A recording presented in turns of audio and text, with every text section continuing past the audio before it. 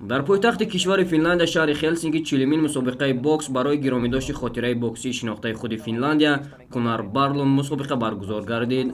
дар ин мусобиқа аз Тоҷикистон муҷсани маҳбуб ва боистеъдод Баҳодур Усмонов баромад карда ба гирифтани нишони тилло даст ёфт. шаҳри Хелсинки ин чорабиниро аз 7 то 10 апрел бо иштироки беш аз 100 варзишкар аз кишварҳои Финляндия, Норвегия, Шветсия, Эстония, Англия, Уэлс, Шотландия, Тоҷикистон, Қазоқистон, Арманистон, Венгрия, Фаронса, Олмон, Болғористон ва Украина мизбонӣ намуд. Баҳодур Усмонов дар вазни то 63.5 кг баромад намуда бар се ҳарифи худ пирӯз шуд. Баҳодур дар даври аввал озод буд ва ҳунарнамояшро дар марҳилаи чоракниҳоӣ бо намояндаи Арманистон Ҳамлет Мунатсаканян доир карда бо бартарии 5-0 пирӯз шуд. дар рақобати нимниҳоӣ барои Баҳодур ғалаба ба осонӣ ба даст наомад. ҳарифи булғории ӯ Ричард Ковач муқобилати шадид нишон дод, вале боксчии шуҷои меҳан бо ҳисоби 3-2 даст боло гардид. дар рақобати финалӣ Баҳодур бо намояндаи кишвари Шотландия Риси Линч ҷоизадори чемпионати ҷаҳон дар соли 2021 вориди ринг шуд. Риси Линч ягона варзишгари Шотландия мебошад, ки дар чемпионати ҷаҳон медал ба даст овардааст. Баҳодур аз ҳамон раундҳои аввал таҳти рақами 1 ҳунарнамоӣ карда заработи нишонраси худро самти ҳариф равон менамуд. Баҳодур танҳо дар раунди охир афзалиятро аз рӯи имтиёзҳои додаи доварон аз даст дод. 4 раунди аввал бидуни шакку тардид Баҳодур бо ҳисобҳои 30-27 пирӯз гардид ва раунди охир бо ҳисоби 28-29 бар суди варзишгари Шотландия анҷом ёфт.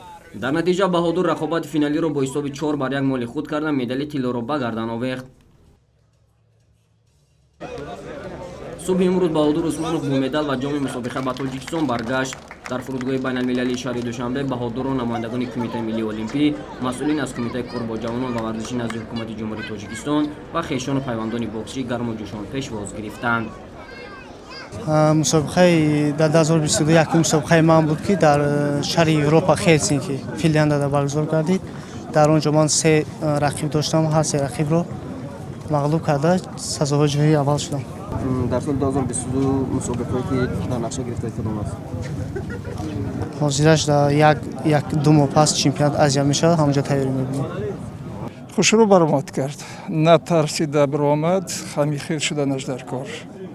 варзишгар ба мусобиқа намерасад, фақат вақте ки равон мекунанд мусобиқа ба мо хурсандем. рафта иштирок мекунем, иштирок карда мебиёем, натиҷаро нишон дода. дар дигар давлат дигар боксёрҳо, техника, тактикаи боксёрое ки дар хориҷа вайо камакак баландтар. мо барои ҳамин вайохати агар ки тамрин кунем, бо зиёдтар мо метавонем натиҷа додан.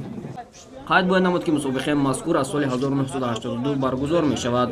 имсол муҳорибаҳо аз рӯи 4 вазн миёни бонувон ва 11 вазн миёни мардҳо сурат гирифт.